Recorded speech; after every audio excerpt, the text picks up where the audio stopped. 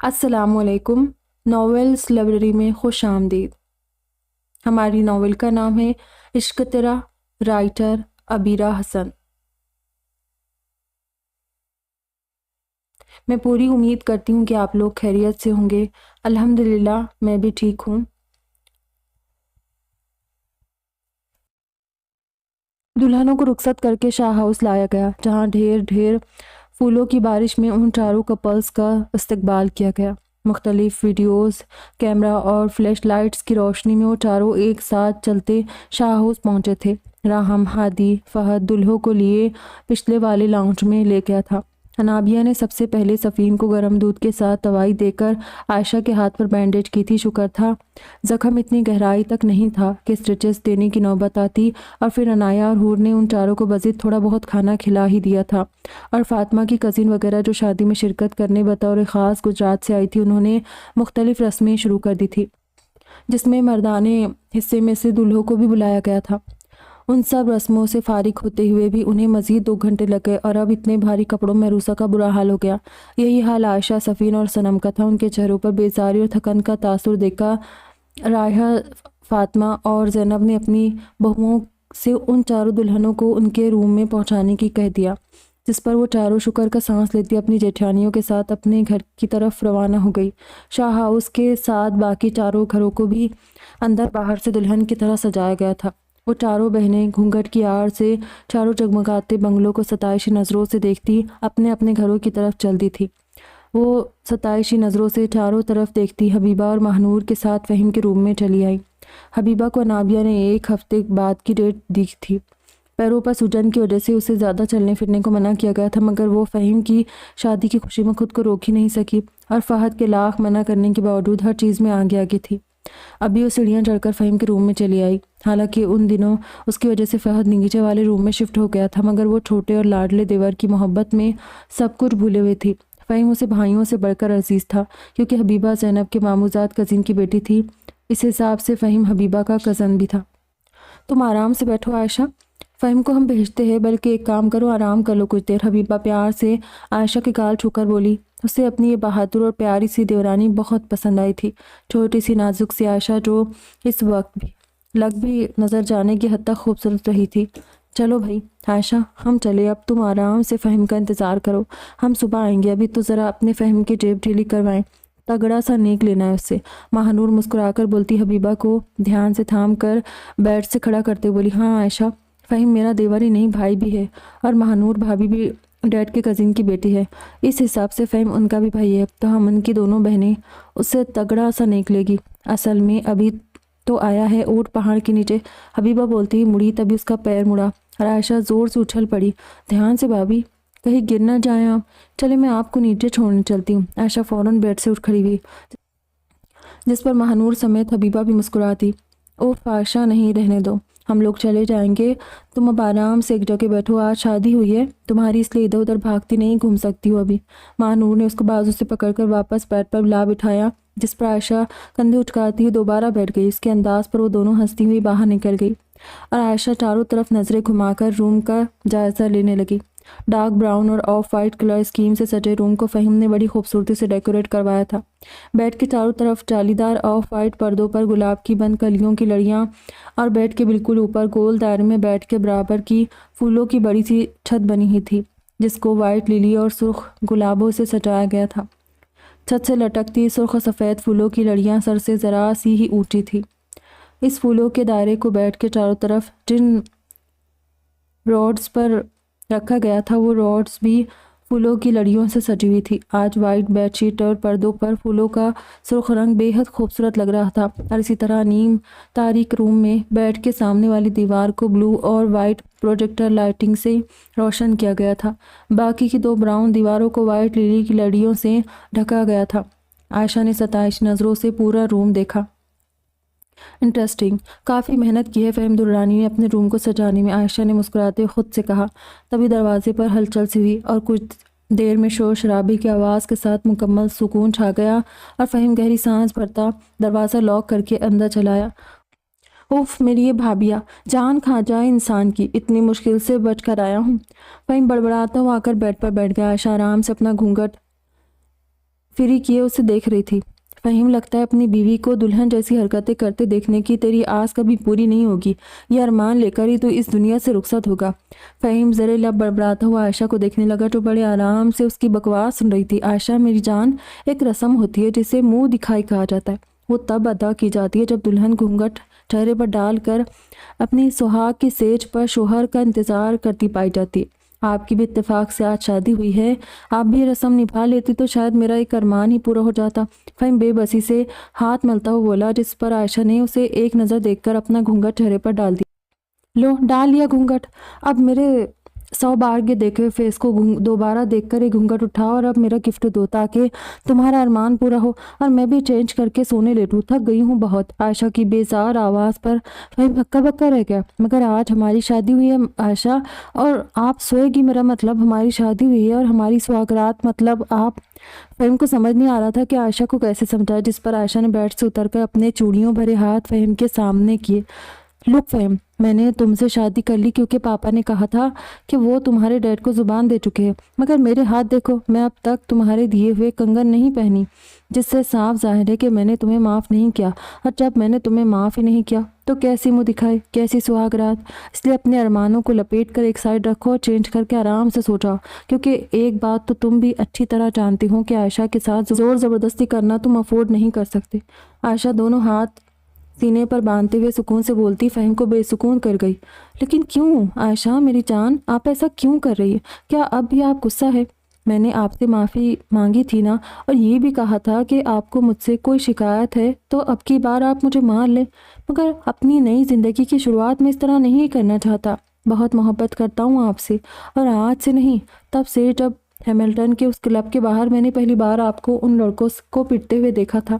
आशा, ये मेरी बदकिस्मती थी कि कभी मुझे आपसे ये सब कहने का मौका नहीं मिला। मैं जानता हूँ मुझसे गलतियाँ हुई हैं, बहुत गलतियाँ की हैं मैंने, मगर मैं आपसे अपनी तमाम गलतियों की माफ़ी मांगता हूँ। Please forgive me. फ़हीम ने खड़े होते ही मुल्तजी अंदाज में आयशा का हाथ पकड़ा था, जो फ़हीम के हैमिल्टन क्लब के बाहर खुद को देखने वाली बात पर हैरान हुई थी। मगर फ़हीम के हाथ पकड़ने पर उसने झटके से उसके हाथ से अपना हाथ छुड़ाया था। क्या समझते हो तुम खुद को? बहुत आसान है तुम्हारे लिए माफ़ी के 2 लफ्ज़ बोलकर सब कुछ भूल जाना। मैंने पहले भी तुमसे कहा था फ़हीम दुर्रानी, कि आसान नहीं है किसी भी लड़की के साथ मोहब्बत के नाम पर वो सब करना जो तुम मेरे साथ कर चुके हो। बेशक मैंने तुमसे बदला लिया, हर बात का बदला लिया, मगर तब जब ज़्यादती तुम्हारी तरफ से हुई। लेकिन हाँ, एक चीज़ के लिए मैं हमेशा तुम्हारी शुक्रगुजार रहूँगी कि उस दिन तुमने मेरी मुमानी के सामने मुझे शर्मिंदा नहीं होने दिया। भले ही मेरी उस गुमशुदगी के ज़िम्मेदार तुम खुद थे, मगर फिर भी मेरा भरम रखने के लिए थैंक्स। और हाँ, ये मोहब्बत मुझे समझ नहीं आती। मोहब्बत के नाम पर बहुत से लोगों को धोखा खाते देखा है मैंने। सफ़ीन ने इस मोहब्बत के नाम पर धोखा खाया है, और ख़ुद मेरी माँ शिफा मुराद, जिन्हें मेरे बाप ने उसी मोहब्बत के नाम पर इतना बड़ा धोखा दिया था कि वो उसी गम में ये दुनिया ही छोड़ गई, और अपने बाप के जुर्म को फारा मुझे अदा करना पड़ा। मेरी माँ मुझे जन्म देकर खुद तो मर गई, मगर मेरे माथे पर मनहूस होने का दाग लगा गई। खैर, मैं भी क्या बातें ले बैठी हूँ, मुझे चेंज करना है। अब मेरे कपड़े बताओ कहाँ हैं? आयशा नामहसूस अंदाज में अपनी आंखों में आई नमी अपनी हिनाई हाथ साफ की, और फ़हीम जो गुंग सा उसकी आंखों में शुबा दर्द और चेहरे पर फैली यासियत देख रहा था, उसने आयशा का हाथ पकड़कर अपने सामने बिठाया था, जो ना समझी से उसे देखती हुई खामोशी से बेड पर बैठ गई। आयशा मेरी जान, मुझे नहीं पता कि मोहब्बत के कितने रूप होते हैं, या आपने मोहब्बत के नाम पर किस किस को धोखा देते हुए देखा है। मैं बस अपनी बात करता हूँ आपसे। मुझे मोहब्बत पर बड़े बड़े लेक्चर देने नहीं आते, मगर हाँ, जब से आपको देखा था तभी आपके सामने सर नगू हो गया था। उस दिन के बाद से आपको ही सोचा है, आपको ही अपना सब कुछ समझा है। मैंने आपसे बदतमीज़ी की, ये मुझे पता है, नतीजतन गोली खाई, उसके बाद थप्पड़ और आखिर में मार, मगर फिर भी आज आप मेरी ज़िंदगी में मेरी बीवी की हैसियत से मेरे सामने मौजूद है, और यही मेरी मोहब्बत का सच्चा सबूत है। हालांकि ऐसा होता नहीं, मर्द की अना उसकी मोहब्बत के हमेशा ऊपर होती है। अगर उसे मोहब्बत और अना में से किसी एक चीज़ को चुनने का कहा जाए तो वो मोहब्बत पर अपनी अना को तरजीह देगा। ऐसा 2 बार हुआ कि आपने मुझे पब्लिक प्लेस पर थप्पड़ मारे, पहले कनाडा में, फिर यहाँ शादी के फंक्शन में, जिसने मेरी मेल ईगो को हर्ट किया, बहुत हर्ट किया। मगर मेरी मोहब्बत ने हर बार मेरी अना का बुरी तरह गला घोंट दिया। जानती हैं क्यों? क्योंकि आप फ़हीम दुर्रानी दी लाइन की पहली मोहब्बत है। उस दिन आपको किडनैप करके आपकी बेहोशी का फ़ायदा उठाकर मैं आपके साथ कुछ भी कर सकता था आयशा। या आप होश में होती तब भी आपको हैंडल करना मेरे बाएं हाथ का खेल था, क्योंकि 2-4 चूहों का शिकार करके अगर बिल्ली ये सोचती है कि वो शेर का मुकाबला कर सकती है तो ये उसकी खाम ख्याली के सिवा कुछ नहीं। आशा खुद को बिल्ली कहने पर घूरकर फ़हीम को देखने लगी, जिस पर दिलकशी से मुस्कुरा दिया। मगर मैं आपसे मोहब्बत ही नहीं करता, इज्जत भी करता हूँ, इसीलिए मैंने आपको घर छोड़ दिया था। और बखुदा मेरा इरादा आपको रात भर रोकने का नहीं था, मैं बस 1-8 घंटे में आपको थोड़ा सता कर तपा कर वापस छुड़ा था। मगर सनम भाभी के साथ उसी रात जो हादसा हुआ उसकी वजह से मुझे हॉस्पिटल जाना पड़ा। और हाँ, वहाँ उस्मान को देखकर भी मुझे कई बार ख्याल आया, मगर दिमाग ज़रा ज़्यादा ख़राब था। सोचा कि आपसे माफ़ी मंगवा कर ही भेजूँगा। फ़हीम ने सर खुजाकर खजालत से कहा था, जिस पर आयशा से घूरती दोबारा उठ खड़ी हुई। आयशा, आपकी मर्ज़ी के बिना मैं अपनी मोहब्बत आप पर ठूसने की कोशिश नहीं करूँगा। बेफ़िक्र हो जाए, मैं इंतज़ार करूँगा मोहब्बत पर आपका एतमाद बहाल होने का। तब तक हम एक रूम में रहकर भी अलग रहेंगे। वो रहा ड्रेसिंग रूम, जाएं चेंज कर ले और बेफिक्र होकर सो जाए। और हाँ प्लीज़, मुझे से टिपिकल रूठी हुई बीवियों की तरह ना तो कमरे से बाहर जाने का कहिएगा, ना ही सोफे पर सोने का, क्योंकि मुझसे ऐसा कुछ नहीं हो पाएगा। मुझे अपने इसी कोजी बेड पर सोने की आदत है और आप भी इसी पर सोएगी। फ़हीम भी अब अपनी शेरवानी के बटन खोलता उठ खड़ा हुआ। जब आयशा ड्रेसिंग रूम की गेट की तरफ जाती मुड़ी। माशाल्लाह, जानती हूँ ये हाथ बस चूड़ियाँ पहनने के लिए नहीं है, टेढ़ों को सीधा करना जानते हैं। बेड पर सोना, मगर जैसे अब तक अपनी हद में रहे हो आगे भी वैसे ही रहना, वरना हाथ पैर नहीं भी तोड़ सकी तो पंजे मारकर मुंह नोच लूँगी। आयशा उसे वार्न करती ड्रेसिंग रूम में चली गई, जिस पर फ़हीम गहरी सांस भरता ताज्जुब से नफ़ी में सर हिलाने लगा। महरूसा को आदि पर शदीद गुस्सा आ रहा था, जिसने उसे इतना गलत समझा था। जबकि आदि उसे जानने का दावा करता था, तो कैसे उसने सोचा कि वो फ्रेडी के साथ कनाडा जा चुकी होगी। वो तो आदि को मुल्क से बाहर जाने से रोकती थी कि महविश आफंदी के डर के अलावा आदि के बिना उसका खुद का दिल भी उदास हो जाता था। मगर आदि उसे इतना गलत समझा। क्या वो इतनी ही हौसले वाली थी? वो जलती कलसती हुई बस इन्हीं सोचों में गुम थी कि घर के लैंडलाइन फ़ोन की बेल बजने लगी। उसने बेजारी से फ़ोन को देखा था कि शायद नजबा या शायद कोई आकर उठा ले, मगर जब किसी के आने के आसार नज़र नहीं आए तो मजबूरन उसने अपनी व्हील चेयर आगे बढ़ाकर फ़ोन उठाया। हेलो, महरूसा बेजारी से बोली। अस्सलाम वालेकुम भाभी, मैं रूहान बोल रहा हूँ। रूहान की आवाज़ पर महरूसा ने गहरी सांस लेकर खुद को कंपोज किया। वालेकुम अस्सलाम रूहान भाई, महरूसा ने जवाब दिया। भाभी, आदि कहाँ है? मैं काफ़ी देर से उसे कॉल कर रहा हूँ, मगर कॉल पिक नहीं कर रहा और ना ही आसिफ का फ़ोन लग रहा है, इसलिए मैंने घर पर कॉल किया है। अगर शायद हो तो उसे भेज दे प्लीज़। आदि की मेडिसिन यही रह गई है। आज बता रहा था कि उसकी रात वाली दवा ख़त्म हो गई है, तो मैंने तभी निकाल कर उसे दे दी थी, मगर वो भूल कर चला गया। मैं भी राउंड पर निकला हुआ था तो मैंने अभी देखा। वो वैसे ही लापरवाह इंसान है, कई कई दिन दवाई नहीं लेता तो उसकी हालत बिगड़ जाती है। अब तो आई साइट पर भी असर होने लगा है उसके। मैंने कहा है किसी ऑफ्थामोलॉजिस्ट को दिखा दे, मगर रिजिड शख्स है, मानता ही नहीं है मेरी। रूहान के बताने पर महरूसा चौंक उठी थी। मगर रूहान भाई तो बिल्कुल भले चंगे हैं, क्या हुआ है उन्हें? ठीक तो है। महरूसा को रूहान की बातों पर ताज्जुब हो रहा था। भाभी, आपको आदि ने बताया नहीं कुछ? महरूसा रूहान की अगली बात पर मजीद हैरान रह गई। नहीं, वो कब बीमार हुए? मुझे तो बताया नहीं उन्होंने कुछ। महरूसा के बताने पर रूहान गहरी सांस भरता खुद को बोलने के लिए तैयार करने लगा। उसे पता था कि दिल में बेतहाशा दर्द छुपा होने के बाद भी आदि जैसा ढिठ शख्स मर भले ही जाएगा, मगर बीवी के सामने कभी भी अपने मुंह से कुछ अपनी तकलीफ के बारे में नहीं फूटेगा। भाभी, आपके जाने का आदि को बहुत गहरा सदमा लगा था, जिससे उसका नर्वस ब्रेकडाउन हो गया था, और वो भी बेहद शदीद नौइयत का। उसके बाद फिर 2 महीने बाद दोबारा से उसे ये अटैक हुआ था, जिससे उसकी नर्वस बहुत वीक हो गई थी। उस नर्वस ब्रेकडाउन की असल वजह थी स्ट्रेस। वो जब स्ट्रेस लेता है उसका बहुत बुरा हाल हो जाता है, मगर वो इस बात पर कोई ख़ास तवज्जो नहीं देता और ख़ुद को अजियत देने का कोई मौका हाथ से जाने नहीं देता। भाभी, उसका पागलपन अब अनलिमिटेड होता जा रहा है। खुद को बुरी तरह अजियत देता है वो। कभी खुद को बेतहाशा बेल्ट से पीटने लगता है, तो कभी आलम दीवानगी में अपने रूम में तोड़फोड़ मचाकर बिखरे कांच पर नंगे पैर चलने लगता है। कई बार स्लीपिंग पिल्स का ओवरडोज ले चुका है, और अभी मुल्तान जाने से पहले उसने अपने हाथ बुरी तरह से छुरी से काट डाले थे। बिल्कुल पागल होता जा रहा है, और अब तो उसे स्ट्रोक्स भी आने लगे हैं। ये तभी होता है जब वो स्ट्रेस लेता है। टेंशन लेते ही उसे इतना शदीद दर्द उठता है कि बुरी तरह अपना सर पटकने लगता है, बेहाल होकर रह जाता है। टेंशन उसके लिए मौत है।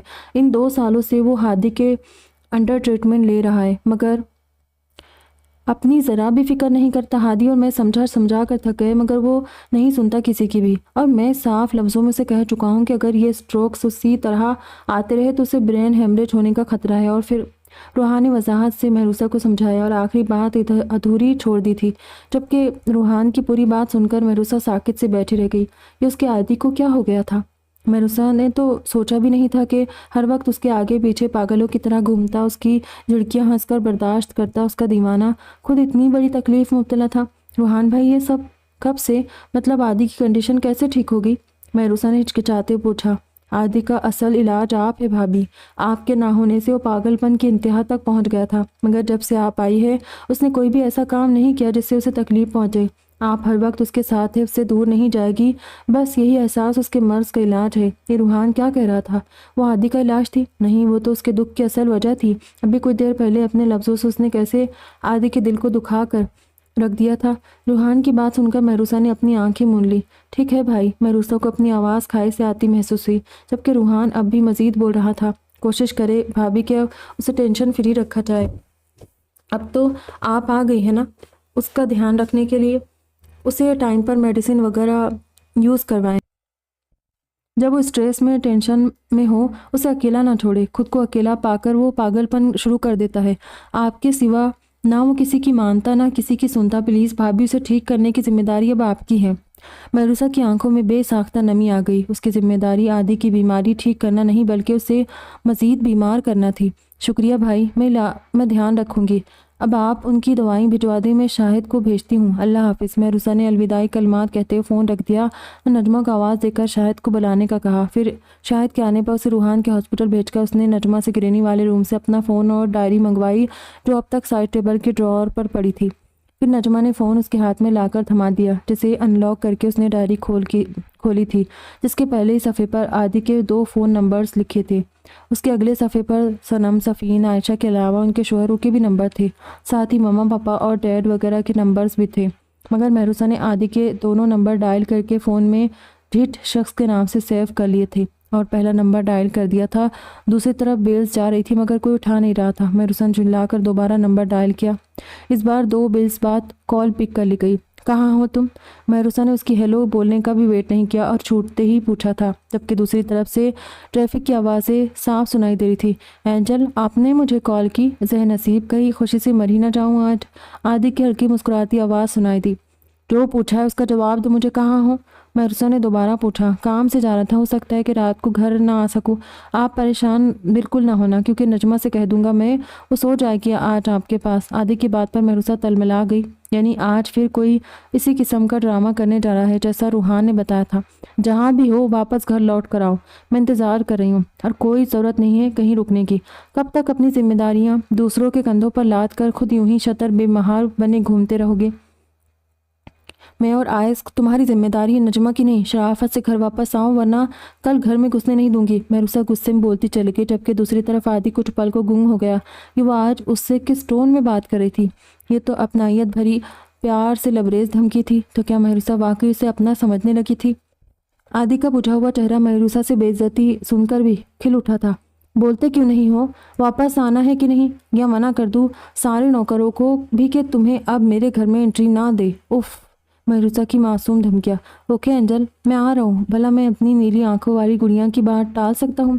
आधे सरशार सा होकर गाड़ी मोड़ चुका था। Okay, I am waiting. Mahrusa ने फ़ोन रखकर बाकी सबके नंबर अपने फ़ोन में सेव करने शुरू कर दिए।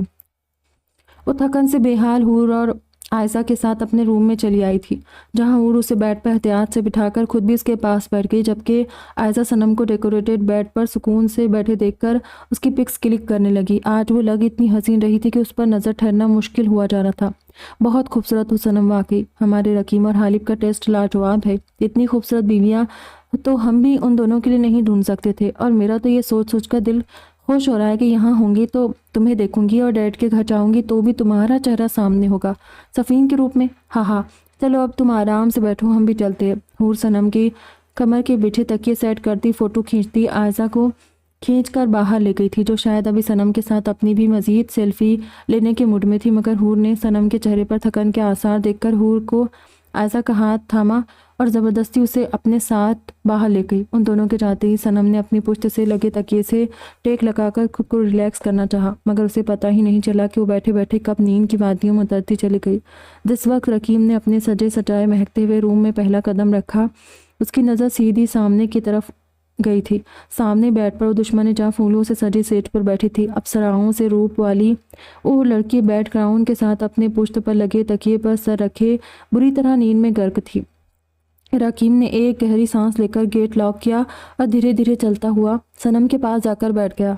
चेहरे पर मरून नेट का घूंघट डाले वो तमाम जेवरात पहने यूं ही सो गई थी। रकीम ने धीरे से मुस्कुराते हुए आगे बढ़कर उसके चेहरे से घूंघट उठाया और उसके दिल की धड़कनें जैसे रुक सी गई।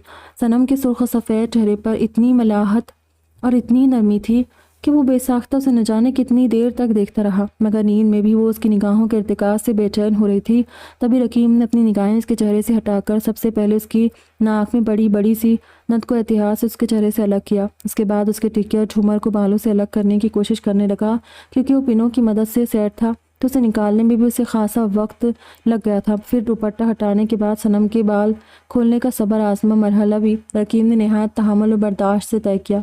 उसके लंबे बालों का जोड़ा बनाकर ये गजरा लगाते वक्त ब्यूटिशियन ने शायद 1000 पिन उसके सर में लगाए थे, जिन्हें निकालते निकालते रकीम को दांतों तले पसीना आ गया।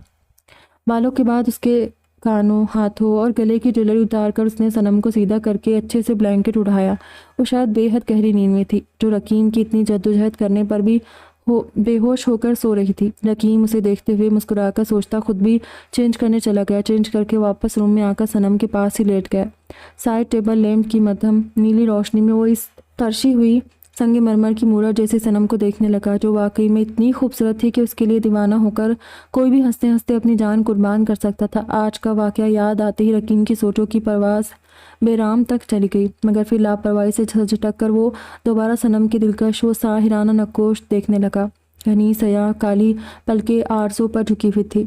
उसका सुर्ख सफ़ेद बेहद हसीन चेहरा रकीम के लिए इस दुनिया का अब से हसीन चेहरा था। और यूं ही उसे तकते तकते रकीम ने उसे अपने पास किया था। हक़ मलकियत का एहसास था, या वो आज उसे अपने करीब देखकर खुद को उसकी मौजूदगी का यकीन दिलाना चाहता था।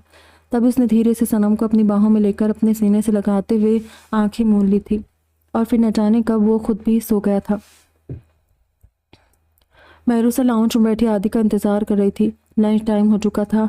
आरफा उसे खाने के लिए बुलाने आई, मगर उसने आदि के साथ खाने का कहकर आरफा को मना कर दिया था, जो उसका जवाब सुनकर हैरान सी वापस चली गई। आयस जब तक सो रहा था अभी वो अपना फ़ोन उठाकर आदि का नंबर मिलाने की सोच रही थी कि तभी वो हंसता मुस्कुराता हुआ अंदर चला आया और उसके चेहरे के सामने ही सोफे पर बैठकर लबों पर एक हाथ की मुट्ठी जमाए से देखने लगा। आंखों में मचलती शरारत और लबों पर फैली मुस्कुराहट बता रही थी कि वो बहुत खुश था। एंजल, क्या बात है? कोई काम है आपको मुझसे? क्यों बुलाया है? महरूसा की घूरती निगाहों को देखकर वो महजूज सा बोला था।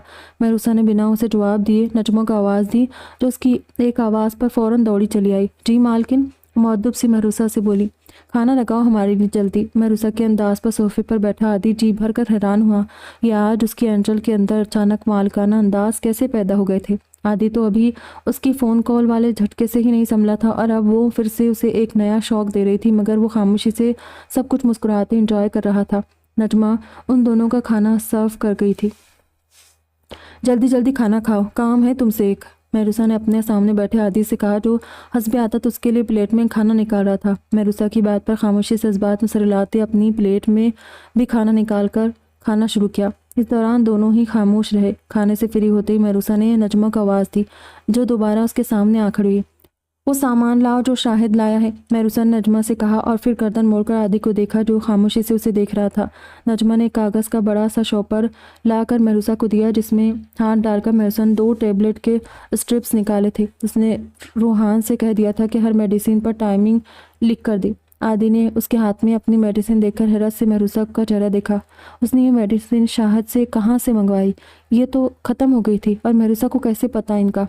उसने सोचते हुए अपनी पॉकेट से फ़ोन निकाला। रूहान की 3 मिस कॉल, यानी ये रूहान का कारनामा। उसने महरूसा को बताया, मैंने कॉल पिक नहीं की तो यहाँ कॉल कर दी कमीने ने। अगर एंजल ने मेरी ज़्यादा क्लास ली तो हॉस्पिटल जाकर मुंह तोड़ कर आऊँगा निकम्मे डॉक्टर का।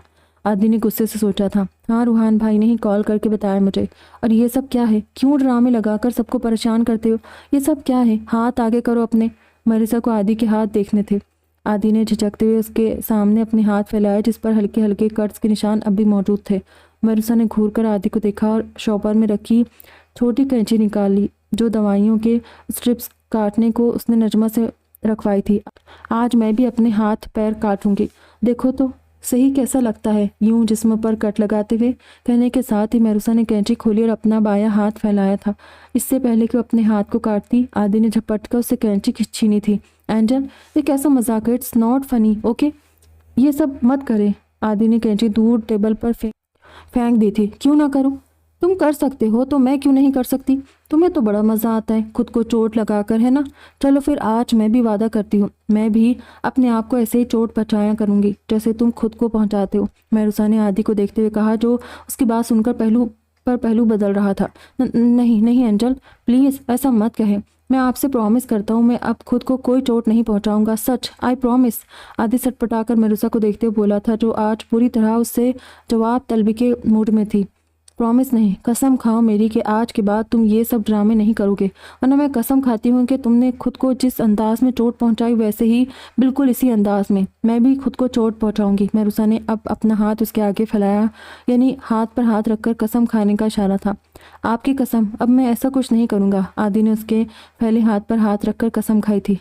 ठीक है, और आज से दोनों वक्त की मेडिसिन मैं अपने सामने दूंगी। ये दिन की मेडिसिन है, मेरे सामने लो। मरुसा ने स्ट्रिप्स फाड़कर 2 गोलियां निकालकर आदि के हाथ पर रखी थी जिसे उसने उठाकर मुंह में रखा और सामने टेबल पर रखे गिलास से पानी पीने लगा। गुड, और हाँ, आपसे ये औरतों की तरह रोना धोना छोड़ दो, मुझे रोते हुए मर्द बिल्कुल पसंद नहीं है। मरुसा का काम हो गया था, अब उससे ज़्यादा वो आदि को मुंह नहीं लगा सकती थी, इसलिए अपनी चेयर घुमाकर अंदर जाने लगी। एंजल, आदि की पुकार पर रुककर उसने सवाली नज़रों से उसे देखा। मुझसे इतनी सारी कस्में ली हैं, एक कसम आप भी खाए अब। आदि बोलता हुआ उसके सामने आ बैठा। जल्दी बोलो, कौन सी कसम? मरुसा ने उसकी शहद रंग आंखों में देखकर कहा जहां हजारों सितारों जैसी रोशनी फैली हुई थी। कसम खाए कि मुझे छोड़कर नहीं जाएगी, कभी भी नहीं, कहीं भी नहीं। आदि ने मौके का सही फायदा उठाया था जिस पर मरुसा उसे घूरकर अपनी चेयर मोड़ती आगे बढ़ने लगी और आदि के चेहरे पर मायूसी के बादल छा गए थे। अगर अपनी हरकतें इंसानों वाली रखोगे तो प्रॉमिस करती हूँ नहीं जाऊंगी। मरुसा की आवाज़ पर वो एक झटके से मुड़ा और उसके लबों पर जानदार सी मुस्कुराहट फैल गई थी, जबकि मरुसा उसको नज़रअंदाज करती बिना दोबारा मुड़े अंदर की तरफ बढ़ती चली गई। आदि उमंगों भरे दिल के साथ कमरे में दाखिल हुआ। उसे कमरे में पहुंचते हुए खासी देर हो गई थी। बाकी तीनों कमीने तो सबको झांसा देकर भाग निकले, मगर वो भाइयों के नरके में फंस कर रह गया जो आज के हादसे पर तबादले ख्याल करते करते उन चारों की टांग खींचना शुरू कर चुके थे। हाजी और राहम से गलती ये हुई कि उन्होंने फ़हीम को छेड़ दिया था, मगर फ़हीम ने अपने फ़हम व फरास्त से ऐसे टिका टिका कर जवाब दिए थे कि इसकी ज़ुबान के जौहर देखकर उन सबसे कुछ दूर बैठकर बात करते फरहान और रोशान ने तो बाकायदा अपने जूते निकाल लिए थे फ़हीम की तवाज़े करने के लिए। फ़हीम की पुरजोश आवाज़ से वो दोनों दूर बैठकर भी बाआसानी मुस्तफ़ीद हो रहे थे, जबकि हाशिम भाई और राहिम ने फ़हीम की छिछोरी बातें सुनकर बाकायदा कानों को हाथ लगाकर तौबा करनी शुरू कर दी थी। और फिर फ़हीम रोशान फरहान के डर से वहाँ रुका भी नहीं था, फ़ौरन निकल भागा था। रकीम और हालिब भी इसी वक्त कुछ दोस्तों की कॉल्स आ गई थी। ये और बात के फ़ोन की बेल्स वहाँ बैठे किसी भाई को सुनाई नहीं दी थी। अब आदि ही उनके पास आखिरी शिकार बचा था जिसे न जाने कब तक अपने साथ बिठाकर छेड़ते रहते कि जाविया शाह वहाँ निकले थे और उन्होंने भाइयों के नरगे में फंसे आदि को उनकी कैद से छुड़वाया था, जिस पर आदि शुक्र का सांस लेता घर की तरफ बढ़ गया। लेकिन फिर उसके रूम के आगे ही अनाया आयजा हूर ने नेक नाम पर उसकी सारी जेबें खाली करवा ली। आदि ने उनसे बमुश्किल अपनी जान छुड़ाई थी और यूं वो खासी ताख़ीर से अपने रूम में पहुंचा, जहां मरुसा अपना चेहरा घुटनों पर रखे न जाने किन सोचों में गुम खामोशी से बैठी थी। आदि ने अपने पूरे रूम की डेकोरेशन रेड रोज से करवाई थी, मगर फूलों की दीवानी मरुसा ने शायद इस बात पर ध्यान ही नहीं दिया था, बल्कि उसने तो आदि के रूम में आमद का भी नोटिस नहीं लिया था, जो मुस्कुराता हुआ उसके सामने जा बैठा। अस्सलाम वालेकुम एंजल, कैसी हैं आप? आदि ने होंठ लटका कर बैठी मरुसा से पूछा था, जिसने आदि की आवाज़ पर चौंक कर से देखा। वालेकुम अस्सलाम आदि, एक बात पूछूं? मरुसा ने आदि के आने से पहले अपना दुपट्टा एक साइड उठाकर रख दिया था और वो लापरवाही से अपने दोनों हाथ घुटनों के गिर्द लपेटे बैठी थी, मगर आदि को देखकर वो दोबारा से दुपट्टा गले में डालकर सर पर टिकाने लगी। आदि ने मुस्कुराकर उसका बचकाना सा अंदाज देखा था। पूछे एंजल, क्या पूछना है आपने? आदि ने उसके हिनाई हाथ थाम कर देखे। सफ़ेद मोमी हाथों पर लगी गहरे रंग की मेहंदी बहुत खूबसूरत लग रही थी। उसने बेसाख्ता मरुसा के हाथों पर अपने लब रख दिए थे, लेकिन वो उसकी जसारत से बेनियाज सोचों में गुम बोल रही थी। आदि, क्या ये शादी सिर्फ आपकी मर्जी से हुई है? आपकी वो गाड़ी वाली कजिन आई थी अभी, मुझे डांट कर गई है कि मैंने आप पर न जाने क्या जादू कर दिया है। क्या आपने मुझसे शादी की जिद पकड़ ली और अपने मम्मी पापा की बात भी नहीं मानी? आपकी मम्मी इस बात पर बहुत गुस्सा है मुझसे, और आपसे भी। मैंने उसे बहुत समझाया आदि कि मैंने कुछ नहीं किया। आपसे शादी के लिए भी मैंने नहीं कहा था। आप खुद मुझसे मोहब्बत करने लगे थे, और पाकिस्तान आने के बाद पापा ने खुद हमारी शादी की तय की थी। मरुसा बोलते हुए रोने लगी, जबकि आदि हक्का बक्का सा उसकी सूरत देख रहा था। लेकिन उसको रोता देखकर वो चौंक कर होश में आया था। Angel my love, please don't cry my sweet heart. आदि उसके आंसू साफ करते हुए परेशान सा बोल रहा था। आपकी वो गाड़ी वाली कजिन मुझे धमकी देकर भी गई है कि मैं आपसे कुछ ना कहूँ, वरना वो मुझे छोड़ेंगे नहीं। मुझे उससे डर लग रहा है बहुत। आप प्रॉमिस करें कि उससे कुछ नहीं कहेंगे। मरुसा ने रोते हुए अपना हाथ आदि के आगे फैलाया, जबकि आदि अनिका की इस फजूल हरकत पर खौल कर रह गया। अनिका की इतनी हिम्मत बढ़ गई थी कि वो उसकी बीवी से फजूल बातें करने के अलावा धमकी भी दे गई थी। और तैश से भरा हुआ झटके से अपनी जगह से खड़ा हो गया, मगर मरुसा ने जल्दी से उसका हाथ पकड़कर रोक लिया, साथ ही जोर जोर से रोना भी शुरू कर दिया। आदि, मत जाए, वरना मैं आपसे बात नहीं करूँगी। बस मुझे उसके अंदाज से डर लग रहा था, इसलिए मैंने आपसे कह दिया। आप उससे कुछ नहीं कहेंगे, प्रॉमिस करें मुझे। आदि नाक चढ़ाकर बोलती मरुसा को देखकर गुस्से में भी मुस्कुरा दिया। अच्छा, ओके, मैं उससे कुछ नहीं कहूँगा, प्रॉमिस। मगर आप अनिका की बातों पर ध्यान ना दें, ना ही परेशान हो, बिल्कुल पागल है। हाँ, मम्मी पहले राजी नहीं थी इस शादी पर, मगर फिर मेरी ख्वाहिश पर वो मान गई थी। और अनिका को आदत है दूसरों की ज़िंदगी में टांग गड़ाने की, तो आप उसकी फजूल बातों पर ध्यान ना दें, ना ही उससे डरे। और अब ये रोना धोना बंद करें, मुझे मुस्कुरा कर दिखाए। उस अनिका मेकअप की दुकान को तो मैं सुबह बताऊंगा। आदि ने मरुसा की वजह से आखिरी बात अपने दिल में कही थी।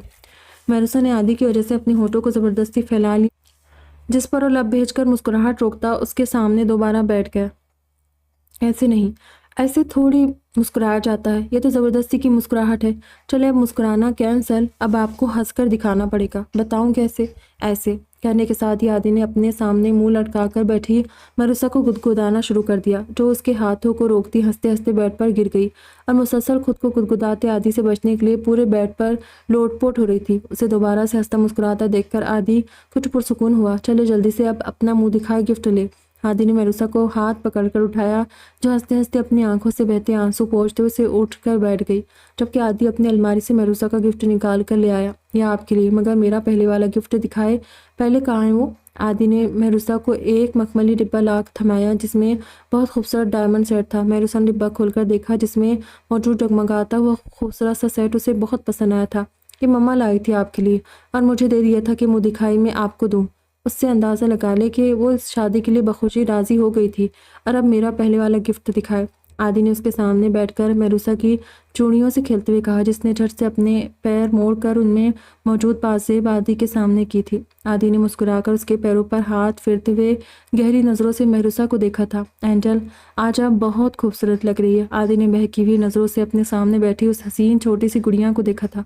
आदि ये वो मरुसा आदि की बहकी हुई नज़रों से खाइफ होती दूर हुई थी। I love you angel. Marusa की मनमनाती आवाज़ सुनकर आदि ने मुस्कुराकर उसके कान में सरगोशी की थी और धीरे से उसे अपने मज़ीद करीब करते हुए लाइट ऑफ कर दी थी। शेरी, मैं घर से बात कर रही हूँ, यानी लाहौर आ चुकी हूँ। महविश आफंदी ने शहरियार साहब को कॉल किया था और उनके हेलो कहते ही शुरू हो गई थी। अस्सलामुअलैकुम महविश, शुक्र है कि आप आ गई। Welcome to home Mrs Shahriyar, I missed you. Shahriyar साहब की मुस्कुराती आवाज़ पर महविश के लबों पर भी मुस्कुराहट आ गई थी। वालेकुम अस्सलाम, मैंने आपको बहुत मिस किया शेरी, इसीलिए आपको सरप्राइज़ देने के लिए बिना बताए आ गई, लेकिन आप लोगों ने मुझे ही सरप्राइज़ कर दिया। सुना है आदि 3-4 दिन से घर से गायब है, कहाँ हैं वो? और आपसे मेरी मुसलसल बात होती रहती है, फिर भी आपने मुझे नहीं बताया। क्या अब बताना पसंद करेंगे कि आपका बेटा कहाँ है इतने दिन से? महविश आफंदी ने शोहर को आड़े हाथों लिया, जो उनकी बात सुनकर सटपटा गए थे। या आदि ने उन्हें किस मुश्किल में फंसा दिया था। वो महविश को क्या कहते कि आदि 3-4 दिन से कहाँ पर है। शेरी, क्या हुआ, खामोश क्यों है? महविश की आवाज़ पर चौंक कर होश में आए थे। आपसे किसने कहा कि आदि घर नहीं आया? वो आपके सामने जिस ज़मीन की डीलिंग के लिए मुल्तान गया था, उसी ज़मीन के सिलसिले में उसे मेरी बर्थडे वाले दिन मुल्तान जाना पड़ा था। रकीम को भी उसी दिन किसी केस के सिलसिले में मुल्तान जाना था, तो ये दोनों 2 दिन वहीं रुके थे। फिर आदि ने जो घर खरीदा है उसमें कुछ रेनोवेशन का काम करवाना था, तो मुल्तान से वापसी पर वो 2 दिन से वहीं है। शहरयार साहब ने बेटे की वजह से बीवी से झूठ बोला था, सच कह रहे हैं ना? महविश को पता था कि शहरयार साहब झूठ नहीं बोलते, मगर फिर भी उन्होंने तस्दीक करना ज़रूरी समझा। बेगम साहिबा, सच कह रहा हूँ। अब ये वक्त भी आना था कि आपको इस बात का भी यकीन दिलाना पड़ेगा कि ये बंदा नाचीज़ आपसे झूठ बोलने की जसारत नहीं कर सकता। शहरयार साहब ने शिकवा किया था, जिस पर महविश मुस्कुराने पर मजबूर हो गई। ऐसी बात नहीं है, बस आपको पता है ना कि आदि के लिए मैं कितनी पॉजिटिव हूँ, और ऊपर से उसकी तबीयत, मुझे उसकी तरफ से बहुत टेंशन रहती है। महविश ने जैसे अपनी बात की सफाई दी। इट्स ओके, एंड मैं आदि को कॉल कर देता हूँ, वो आपसे मिलने का घर आकर। असल में उसके घर का काम अब तक मुकम्मल नहीं हुआ है, हो सकता है कि वो आज भी वहीं रखे। शहरयार साहब ने हाथ के हाथ महविश को बताना मुनासिब समझा था। अच्छा, आपका फ़ोन उठा रहा है वो? मुझे तो ना कॉल कर रहा है और ना ही मेरी कॉल पिक कर रहा है। लगता है माँ से बात नहीं करना चाहता हूँ। महविश ने भी शोहर से शिकवा किया था, जिस पर वो खुद भी उलझ गए थे। आदि के दिमाग में क्या चल रहा था, उससे वो भी अनजान थे। बिजी था ना महविश, आप प्लीज़ ख्याल मत करें, वो शाम को आएगा ना तो कान खींचेंगे दोनों मिलकर उसके। शहरयार साहब ने उनको तसल्ली दी और मज़ीद एक दो बातों के बाद कॉल बंद कर दी, मगर महविश का दिमाग अब भी पूरी तरह उलझा हुआ था। शहरयार साहब के इत्मीनान दिलाने पर भी उनका दिल मुतमईन नहीं हुआ था। खूबसूरती से सजा हुआ ये बड़ा सा रूम सावियार हाउस के चहते शहजादे हालिब शाह की ख्वाबगाह थी, जिसमें उसे कुछ देर पहले ही अनाबिया छोड़ कर गई थी। पूरे रूम को नहायत खूबसूरती से सजाया गया। फर्श पर दरवाजे से बेड तक फूलों का रास्ता बनाया गया, जिस पर चलते हुए वो अपने बेड पर आ बैठी थी। अनाबिया के दी हुई मेडिसिन से उसे खासा अफाका हुआ था, मगर फिर भी थकावट से उसका बुरा हाल था। वज़नी लहंगे और सर पर टिके भारी काम के दुपट्टे ने उसको बुरी तरह थका डाला था। अनाबिया उसे रूम में बिठा कर कब की जा चुकी थी। वो बेड के बीचों बीच बैठी थी कि मगर अनाबिया के जाते ही वो खिसक कर बेड ग्राउंड तक पहुंची थी, और अभी उसे टेक लगाकर लेटे कुछ ही देर हुई थी कि तभी कोई झटके से रूम का दरवाज़ा खोलता अंदर आया था। सफ़ीन ने चौंक आने वाले को देखा। गेट के बीचों बीच खड़े वो चार छोटे छोटे क्यूट से बच्चे थे, जो आंखों में मासूमियत भरा तासुर लिए सफ़ीन को देख रहे थे। वो हाशिम और हादी के बच्चे थे। हाशिम के दोनों बेटे 7 साल हासिक और 6 साल हुसैमा के साथ हादी के दोनों बच्चे भी थे। हादी का बेटा हुरैरा 4 साल का था और बेटी अशब 3 साल की थी। चारों बच्चे सफ़ीन को दूर से देख रहे थे, जो उन क्यूट से बच्चों के देखने के अंदाज पर मुस्कुराने लगी थी। कम ऑन किड्स, अंदर आए ना, मुझसे नहीं मिलेंगे आप लोग? सफ़ीन के दोस्ताना अंदाज पर झिझकते हुए एक दूसरे को देखकर अंदर चले आए और चारों तरफ घूम घूम कर रूम को देखने लगे। सफ़ीन ने नन्ही सी अशब को इशारे से बुलाकर अपने पास बिठाया था। अपना नाम बताए, कौन है आप नन्ही परी? सफ़ीन ने सुर्ख सफ़ेद गुड़िया जैसी अशब का हाथ चूमते हुए कहा, जिसकी आंखें बिल्कुल हालिब और हादी जैसी थी, बड़ी बड़ी गहरी ब्राउन चमकदार आंखें। My name is Ashab Hadi Shah. What's your name pretty girl? Ashab ने दोनों हाथ सीने पर बांधते हुए शाहाना अंदाज में गर्दन उठाकर कहा था। उसके कॉन्फिडेंट और अंदाज पर सफ़ीन हैरत से मुंह खोले उस छोटी सी बच्ची को देखने लगी, जिसे ये धौंस भरा कॉन्फिडेंट अंदाज शायद विरसे में अपने चचा से मिला था। अशब के तीनों भाई भी उसके पीछे आ खड़े हुए थे। माई नेम इज़ सफ़ीन, मैं आपकी चाची हूँ। आपका बात करने का स्टाइल तो बहुत अच्छा है अशब, किसने सिखाया आपको ये? मम्मा ने, राइट? सफ़ीन ने मुस्कुराकर अशब का गाल छुआ था, जो चमकती आंखों से सफ़ीन के हाथों की ज्वेलरी देख रही थी। नो चाची, इसे ये हालिब चाचू ने सिखाया है। वो इससे बहुत प्यार करते, हम तीनों से भी ज़्यादा। ये उनकी बेस्ट फ्रेंड है। अशब के पीछे खड़ा हाजिक बोला। ओह, ये तो बहुत बुरी बात है। कोई बात नहीं अशब, अपने चाचू की फ्रेंड है, आप तीनों मेरे फ्रेंड्स बन जाए। मगर मुझे मेरे दोस्तों के नाम तो पता ही नहीं। सफ़ीन मुंह लटकाकर बोली, जबकि अशब ने सफ़ीन की उंगली से एक रिंग उतार ली थी, जिसे वो एक साथ अपनी 2 उंगलियों में पहन रही थी। मेरा नाम हाजिक हाशिम शाह है। मैं उन तीनों का बड़ा भाई हूँ। ये मेरा छोटा भाई हुसैमा हाशिम शाह है। ये मेरा तीसरा भाई हुरैरा हादी शाह है, और हम तीनों अशब के बड़े भाई हैं चाची। हाजिक ने हाथ के इशारे से अपने साथ तीनों का तारुफ कराया और साथ ही अपना हाथ सफ़ीन की तरफ बढ़ाया था। फ्रेंड्स, उसकी मुस्कुराती आवाज़ पर सफ़ीन ने भी अपना हाथ उसकी तरफ बढ़ाया था। फ्रेंड्स, सफ़ीन ने हाजिक को अपने पास करते उसके गाल पर प्यार किया। उसे और महरूसा को बच्चे वैसे भी बहुत पसंद थे, और ये चारों बच्चे तो वैसे भी बहुत क्यूट थे। चाची, मैं भी फ्रेंड हूँ ना? हुरैरा को अपनी फ़िक्र हुई। और मैं भी फ्रेंड हूँ, आपके हुसैमा बोला। आप चारों मेरे फ्रेंड हो। कम ऑन, गिव मी अ हग। सफ़ीन ने अपने दोनों हाथ उठाकर आंखें बंद करते हुए कहा, come on, don't be shy, give me a hug, I am waiting. काफ़ी देर जब बच्चे उसके गले नहीं लगे तो बंद आंखों के साथ दोबारा बोली थी, उफ, इतनी बेकरारी, आपसे तो मैं बिल्कुल नहीं शर्माता वाइफी, ले मैं आ गया। हालिब की मखसूस खुशबू और खुद के गिर्द उसकी मजबूत बाहों का हिसार महसूस करते ही सफ़ीन ने पट से आंखें खोली। जब हालिब ने उसकी आंखों में झांक कर शरारत से कहा, बच्चे रूम में कहीं नहीं थे, शायद हालिब ने उन्हें भेज दिया था। सफ़ीन ने अपना चेहरा मोड़ते हुए उसे दोनों हाथों से पीछे धकेला और उससे दूर हो गई, मगर उसी तेज़ी से हालिब ने उसकी कलाई दबोच ली थी। What's wrong you with you Safeen, कब से देख रहा हूँ, आज के दिन भी आप बार बार मुझे बुरी तरह नज़रअंदाज कर रही है। अपने करीब आते ही आप मुझे खुद से दूर कर देती है। क्या समझूं इस रवैये से मैं? सफ़ीन ने अपना हाथ हालिब से छुड़वा लिया था और अब भी हालिब की बात को अनसुना करके बेड से उतरकर आगे बढ़ने लगी। जब हालिब दोबारा उसके आगे आ खड़ा हुआ, सफ़ीन उसे दूर होती दूसरी साइड से आगे बढ़ने लगी थी कि तभी हालिब ने बरहमी से उसका बाजू दबोच कर उसे झटके से अपनी तरफ खींचकर बिल्कुल अपने साथ लगा लिया था। सफ़ीन, मेरी बर्दाश्त को मत आजमाएं। मैं नरमी बरत रहा हूँ तो आप उसका नाजायज़ फ़ायदा मत उठाए। आप यूँ मुझे और मेरी बातों को इग्नोर करके मुसलसल मेरी तौहीन कर रही है। और उसकी कमर के गिर्द दोनों बाजू लपेटे दबे दबे गुस्से से बोला, तौहीन का मतलब भी पता है आपको? अपनी तौहीन इतनी बुरी लग रही है और जब आप धड़ल्ले से दूसरों की तौहीन करते फिरते हैं तब बुरा नहीं लगता। सफ़ीन उसकी आंखों में देखते हुए तंजिया मुस्कुराहट के साथ बोली, अच्छा तो बदला ले रही है आप मुझसे? हालिब उसकी आंखों में देखता मुबहम सा मुस्कुरा कर बोला, नहीं, याद दिला रही हूँ आपकी हैवानियत। लगता है याददाश्त कमज़ोर हो गई है आपकी। मुझसे शादी करके आप समझ रहे हैं कि सब कुछ नॉर्मल हो गया है, या फिर ये कि आपका किया हर जुल्म मैं भूल चुकी हूँ। तो बहुत बड़ी गलतफहमी में जी रहे हैं आप। मैं कुछ नहीं भूली हूँ, कुछ भी नहीं। ना तो मैं आपका वो वहशियाना अमल भूली हूँ, ना ही अपने साथ किया जाने वाला इंसानियत सोच सलूक। आपसे शादी मैंने आपकी मोहब्बत में पागल होकर नहीं की है, बल्कि मैंने आपसे शादी इसलिए की है ताकि आपको हर गुजरते दिन, हर गुजरते पल मैं ये एहसास दिला सकूँ कि आप मेरे गुनहगार हैं। अब छोड़े मुझे, सफ़ीन उसकी आंखों में देखकर बोली थी और अपने कमर के गिर्द बंधे उसके हाथों को खोलकर खुद को उसकी कैद से छुड़ाने के लिए पुरजोर मज़ाहमत भी कर रही थी, मगर उसकी आंखों में देखता हालिब सफ़ीन की बात पर ठिठक कर रह गया। और फिर सफ़ीन की भरपूर मज़ाहमत के बावजूद उसे बाजू में भरकर बेड पर ले आया। उसे एहतियात से बेड पर बिठाते हुए वो खुद भी उसके अतराफ दोनों बाजू जमाता हुआ उस पर झुकाया। So my cute beautiful and charming wifey, आप मुझे एहसास दिलाएंगी मेरे गुनाह का, लेकिन ये तो बता दे कि मैंने कौन सा गुनाह किया है।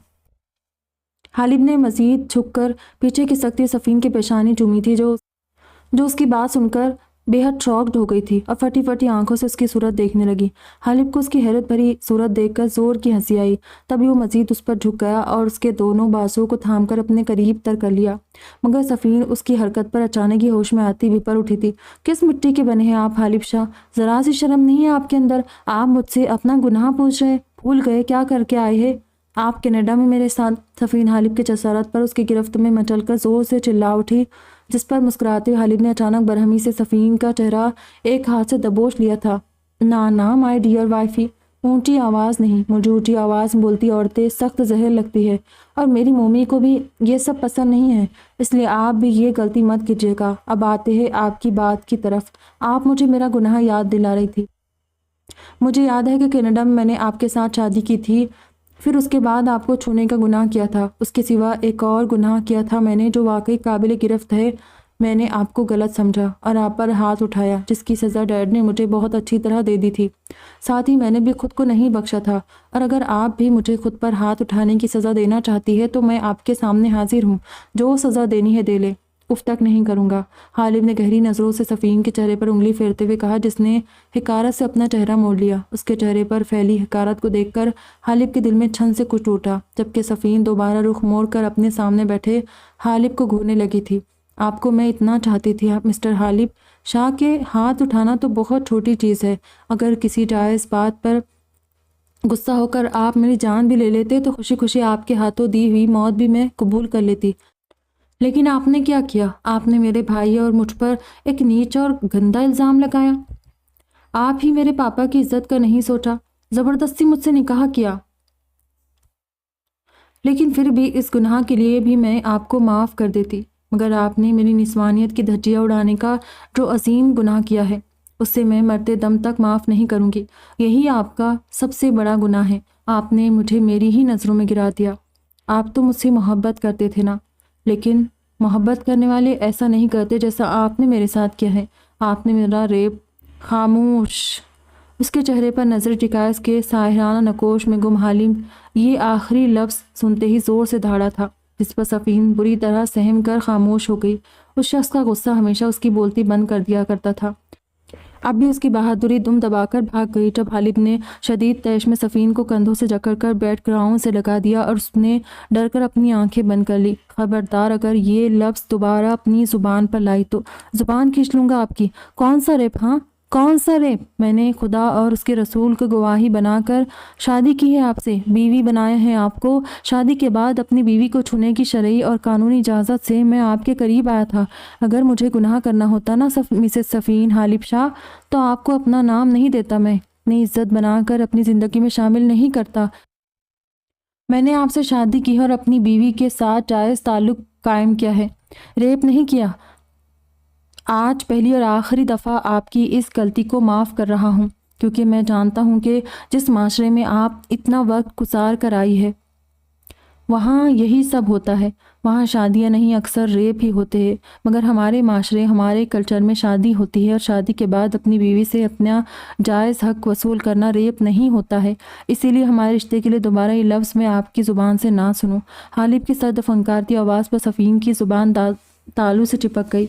हालिब की उंगलियां उसके कंधों में गड़ी जा रही थी, मगर वो तकलीफ से लब झुनूस आंखें बंद किए बैठी थी। उसके साथ ये सलूक हालिब आज पहली बार नहीं कर रहा था, यही उसकी फितरत थी। आई एम सॉरी, आज के दिन मैं आपको हर्ट करना या डराना नहीं चाहता था, मगर आपकी बात सुनकर मुझे गुस्सा आ गया था। हालिब ने धीरे से उसके कान में सरगोशी के अंदाज में कहा। सफ़ीन ने उसकी सरगोशी पर आहिस्तगी से आंखें खोलकर एक शिकवा कुना नज़र उस पर डाली थी। मुझे चेंज करना है। हालिब की माफ़ी का जवाब था, जिस पर वो गहरी सांस लेकर खुद को कंपोज करता हुआ खड़ा हो गया। ओके, जाए चेंज कर ले, आई एम वेटिंग। हालिब ने उसे इशारे से ड्रेसिंग रूम का दरवाज़ा दिखाया और ख़ुद बेड पर बैठकर उसका इंतज़ार करने लगा। सफ़ीन जल्दी से ड्रेसिंग रूम में जाकर बंद हो गई और गुस्से से खींच कर अपनी ज्वेलरी उतारने लगी। बेदर्द, बेहिस, इतना कुछ करके भी उस शख्स को अपने किए पर कोई पछतावा नहीं है। कितने जालिम हो तुम हालिब शाह, कितनी आसानी से खुद को हर जुर्म से, हर गुनाह से बरिजुमा करार दे दिया। मेरी फीलिंग का तुम्हें कोई एहसास नहीं है और अब भी अपने हकूक़ याद आ रहे। मेरे दिल की, मेरी फीलिंग्स की कोई परवाह नहीं है। कितनी धौंस से कह रहे थे तुम, आई एम वेटिंग। सनम ने मुंह बनाकर हालिब की एक्टिंग उतारी, फिर सारी ज्वेलरी उतार कर वार्डरोब के अंदरूनी ड्रॉअर में डालने के बाद वो वार्डरोब का कपड़ों वाली साइड का स्लाइडिंग डोर खोलकर खड़ी हो गई। सामने उसके ढेरों ड्रेसेस हैंग हुए टंगे थे, दूसरी साइड उसके और हालिब के नाइट ड्रेसेस टंगे थे, जिसमें से सफ़ीन ने एक पर्पल कलर की नाइटी खींचकर निकाल ली थी। अब क्या करूँ, कहाँ जाऊँ, क्या यहीं रुक जाऊँ? चेंज करने के बाद वो बड़बड़ाती हुई ड्रेसिंग रूम में इधर से उधर टहलने लगी। सफ़ीन, आप भी जाए यार, कितनी देर लगेगी? हालिब की तेज़ आवाज़ पर ज़ोर से उछल पड़ी। उफ, क्या मुसीबत है। एक तो इस शख्स से पता नहीं मुझे इतना डर क्यों लगता है। सारी बहादुरी न जाने कहाँ सो जाती है। अब क्या करूँ? सफ़ीन परेशानी से बड़बड़ाती अब भी टहल रही थी। सफ़ीन, क्या बात है यार, क्या अंदर ही सोने का इरादा है? हालिब की आवाज़ दोबारा आई थी, साथ ही गेट भी नौखा। सफ़ीन ने मरता क्या ना करता कि मज़दाक धीरे धीरे आगे बढ़ते हुए गेट खोल दिया। सामने हालिब चौखट पर एक हाथ टिकाए दरवाज़ा खुलने का मंतज़र था। क्या कर रही थी अंदर इतनी देर से? वाईफी चेंज करने में इतनी देर लगती है? मुझे भी चेंज करना है, आप बैठे, मैं 2 मिनट में आता हूँ। हालिब सफ़ीन का हाथ पकड़कर बाहर खींचते हुए बोला और खुद अंदर चला गया। सफ़ीन जल्दी से बेड की तरफ बढ़ी और पैरों की तरफ बड़ा कंफर्टर खोलकर मुंह तक ओढ़ लिया, साथ ही लाइट भी बंद कर दी। अभी उसे लेटे हुए कुछ ही देर हुई थी कि तभी उसे अपने पास हालिब के परफ्यूम की मखसूस खुशबू चकराती महसूस हुई, साथ ही कोई उसके बिल्कुल करीब आकर आहिस्तगी से लेटा था। माय डियर वाइफी, कुछ बातें डायरेक्ट बोल देनी चाहिए। इस तरह छुप छुप कर खुद को बचाने की कोशिश से बंदा हर बार कामयाब नहीं होता। उसकी बात पर हैरान हो गई थी। हालिब कैसे जानता था कि उससे छुप रही थी? कितना वक्त चाहिए? हालिब की आवाज़ पर सफ़ीन ने चौंका से देखा, जो एक बार फिर सफ़ीन को उसकी जगह वापस लिटा कर उसकी आंखों में देखने लगा, जहाँ दूर दूर तक खफगी फैली हुई थी। मुझे नहीं पता। सफ़ीन ने करवट लेकर पहलू बचाना चाहा, तभी हालिब ने दोबारा उसका रुख अपनी तरफ करते हुए झुककर पूछा था। उसके दोनों हाथ ऊपर करके तकिए के दाएं बाएं जमाकर मजबूती से अपने हाथों में पकड़ लिए थे। क्या अब मुझसे मोहब्बत नहीं रही सफ़ीन? हालिब सरापा सवाल था। सफ़ीन के दिल में हौक सी उठी थी। आपने खुद अपने हाथों से अपनी मोहब्बत का गला घोंट दिया हालिब। सफ़ीन की आंखों से आंसू बहने के लिए, इसीलिए वो भर्राई हुई आवाज़ में बोली और हालिब ने झुककर उसकी दोनों आंखों को बारी बारी चूम लिया। सच्ची मोहब्बत कभी नहीं मरती मिसेस सफ़ीन हालिब शाह। यही बात मेरी आंखों में देख कर कहें कि मुझसे मोहब्बत नहीं करती आप। उसे पता था उसकी साहिर आंखें अपने सीने से लगी उस लड़की को हिप्नोटाइज करने की ताकत रखती थी। सफ़ीन उन आंखों में देखती तो खो जाती, खुद के साथ सच को भी फरामोश कर जाती, हार जाती वो उस साहिर शख्स से। और वह हालिब शाह से फ़िलहाल हारना नहीं चाहती थी, इसीलिए उसने हालिब की उन गहरी आंखों में देखने की गलती नहीं की थी। हालिब, मुझे नींद आ रही है, आज मेरी तबीयत भी ठीक नहीं है, इसलिए मुझे सोने दे। सफ़ीन ने अपने हाथों की तरफ इशारा किया था जिसे अब भी हालिब ने पकड़ रखा था। हाँ तो सो जाए ना मेरे सीने से लगकर, और साथ साथ बता भी दे कि कितना वक्त चाहिए आपको। हालिब उसके खुले सिल्की बालों में मुंह छुपाता मखमूर सा बोला, मुझे नहीं पता अभी कुछ भी, मुझे परेशान ना करे, और आपने गाड़ी में भी कहा था कि आराम करना घर जाकर। सफ़ीन ने दोबारा से अपने हाथ खींचने चाहे थे। हालिब, सफ़ीन की चिल्लाई आवाज़ पर हालिब ने सर उठाकर से देखा और महसूस होकर मुस्कुरा दिया। कहा ना मेरे सीने से लगकर सोए, और अपने इस छोटे से दिमाग में एक बात अच्छी तरह बिठा ले कि आप मुझसे लाख छुप जाए मगर मेरी दस्तरस से दूर तब तक नहीं हो सकती जब तक मैं ना चाहूँ। इसलिए आइंदा ऐसी फजूल कोशिश में अपनी एनर्जी वेस्ट ना करे, और मैं आपसे वादा करता हूँ कि दोबारा आपकी मर्ज़ी के बिना आपसे अपना कोई भी हक वसूल नहीं करूँगा। मैं कैसे मान लूँ, वो भी आपकी इन हरकतों पर, कि आप ऐसी कोई कोशिश नहीं करेंगे। सफ़ीन ने हालिब के हाथों और उसकी हरकतों की तरफ इशारा किया, जिस पर वो सर उठाकर उसका चेहरा देखते हुए मुस्कुरा दिया। ये तो कुछ भी नहीं है, बस आपसे प्यार जताने के लिए मासूम सी जसारतें हैं। इससे आगे बढ़ूँ तो भले ही आप सर कलम कर दीजिएगा, उफ तक नहीं करूँगा, मगर थोड़ा तो रहम खाए ना मुझ गरीब पर। एक तो दुल्हन बनकर इतनी खूबसूरत लग रही थी, कब से दूर दूर से देखकर दिल को बहला रहा था, और अब मेरे सामने मेरी बाहों में मौजूद होने के बावजूद भी जुल्म की इंतहा कर रही है। कड़े पहरे बिठा दिए हैं मुझ मासूम पर, तो क्या अब ये बंदा छोटी मोटी जसारतें भी ना करे। This is not fair. चल अब सुकून से सो जाए, एक बार फिर से आपका भरोसा नहीं तोड़ूंगा, यकीन करे। And yes, remember one thing, I love you Mrs Halib Shah. Halib Safeen के कान में सरगोशी करते हुए दोबारा अपनी जगह लेट गया, मगर साथ ही खींच कर सफ़ीन को अपनी बाहों के हिसार में लेते हुए साइड लैंप ऑफ कर दिया, जबकि एक बार फिर अंधेरे में सफ़ीन ने उसे घूर कर देखा था। मुझे घूरना बंद करे और सो जाए वाइफी। हालिब की मुस्कुराती आवाज़ पर सफ़ीन को हैरत हुई थी। इनको कैसे पता मैं घूर रही हूँ, सफ़ीन हैरत से बड़बड़ाई, जबकि हालिब ने मुस्कुराते हुए उसको सुलाने के लिए बच्चों की तरह धीरे धीरे उसके पेट को थपकना शुरू कर दिया, और सफ़ीन ने भी झट से आंखें मूंद ली थी। आरफा, ये ले, ये मैं आपके लिए लाया था कल एंजल के साथ ही, मगर आपको देना भूल गया था। किचन में खाना बनाती आरफा से बोला, जो रात की दावत के लिए अपनी सारी बहनों की पसंद का खाना बना रही थी। आदि ने उसे मना भी किया था कि वो होटल से खाना मंगवा लेगा या नजमा और कुक मिलकर कुछ ना कुछ बना लेंगे, मगर ग्रेनी और आरफा रात को सनम, सफ़ीन और आयशा की आमद का सुनकर बेहद एक्साइटेड थी।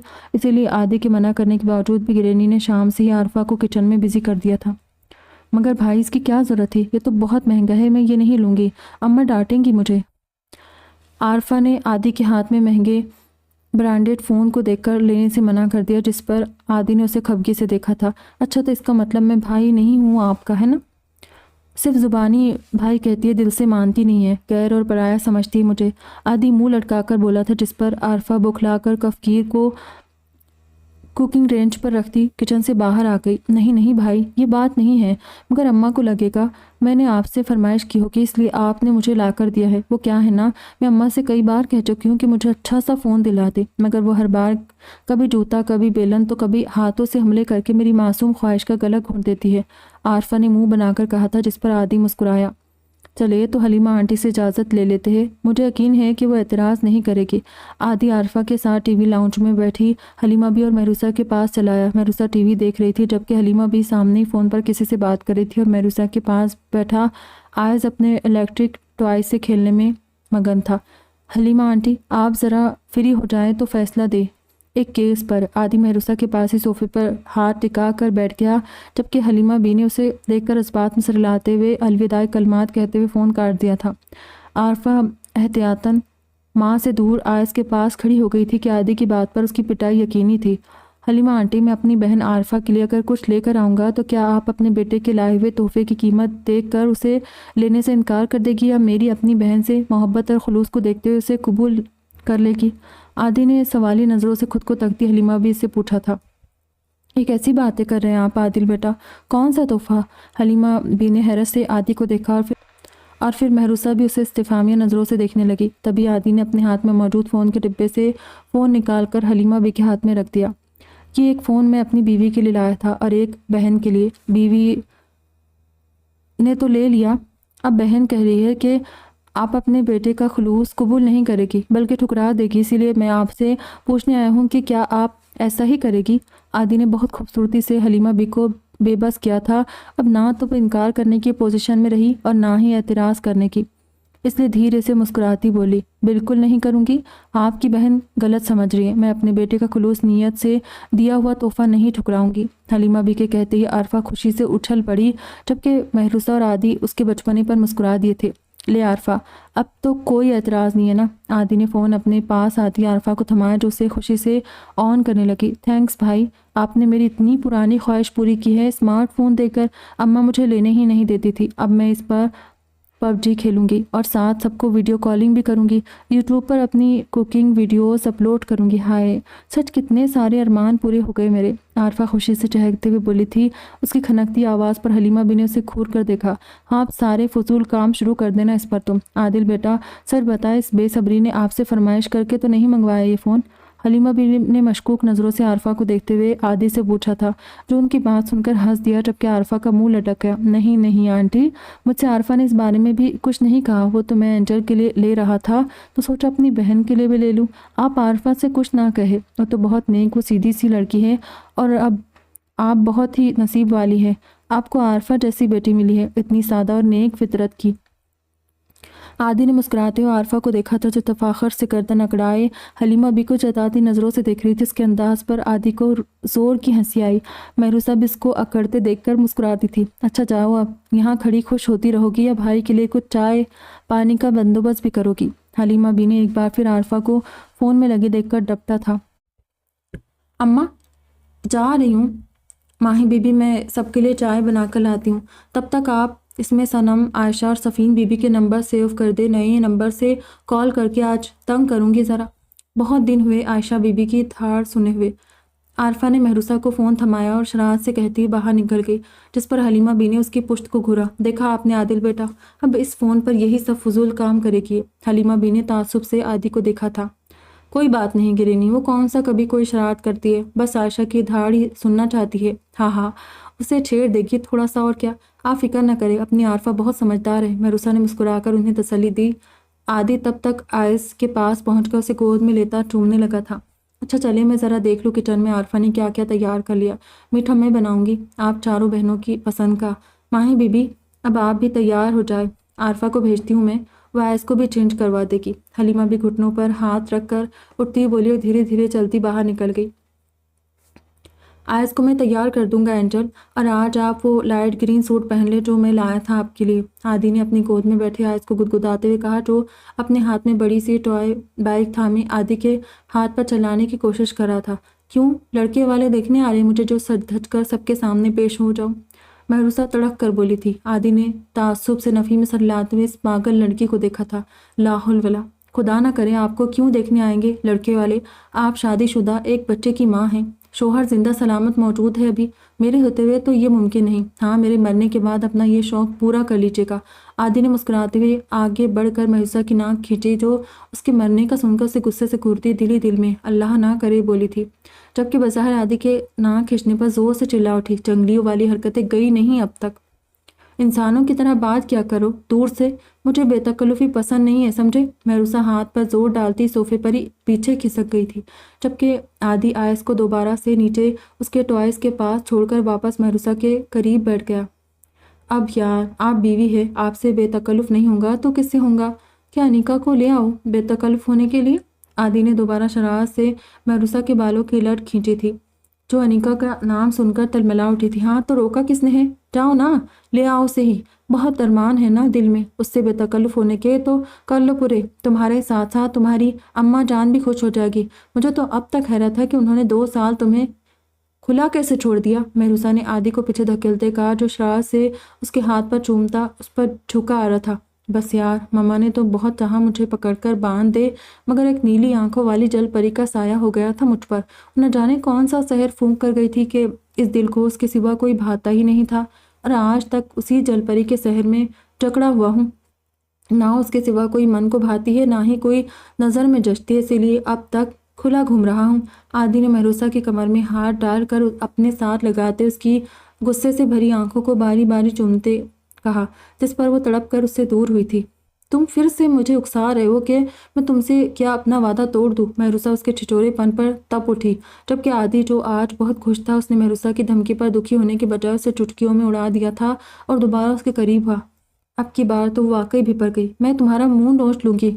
आदिल आफंदी, फिर से अपनी छिछोरी हरकतों पर मत उतरो, वरना मैं सचमुच चली जाऊंगी तुम्हें छोड़कर। महरूसा ने शदीद मज़ाहमत करते अपना एक हाथ आदि से छुड़वा लिया और खुद पर दोबारा झुकते आदि की गर्दन को नोच लिया, जिस पर वो कराहता हुआ सीधा, वफ मेरी मासूम एंजल, जंगली बिल्ली कब से बन गई और मुझसे बचकर कहाँ जाएगी आप? जहाँ भी जाएगी वहाँ मैं आपके पीछे पीछे आइस का हाथ थाम कर चला आऊँगा। हम दोनों बाप बेटे आपको इतनी आसानी से छोड़ दे, ऐसा ख्वाबों में भी नहीं हो सकता। क्यों चैंप?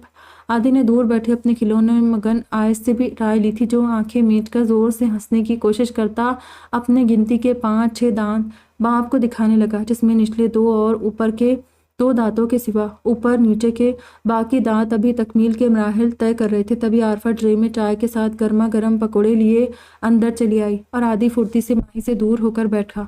ले आदिल भाई, आपके और माही बीबी के लिए मेरे हाथ के स्पेशल पकौड़े, माही बीबी को बहुत पसंद है।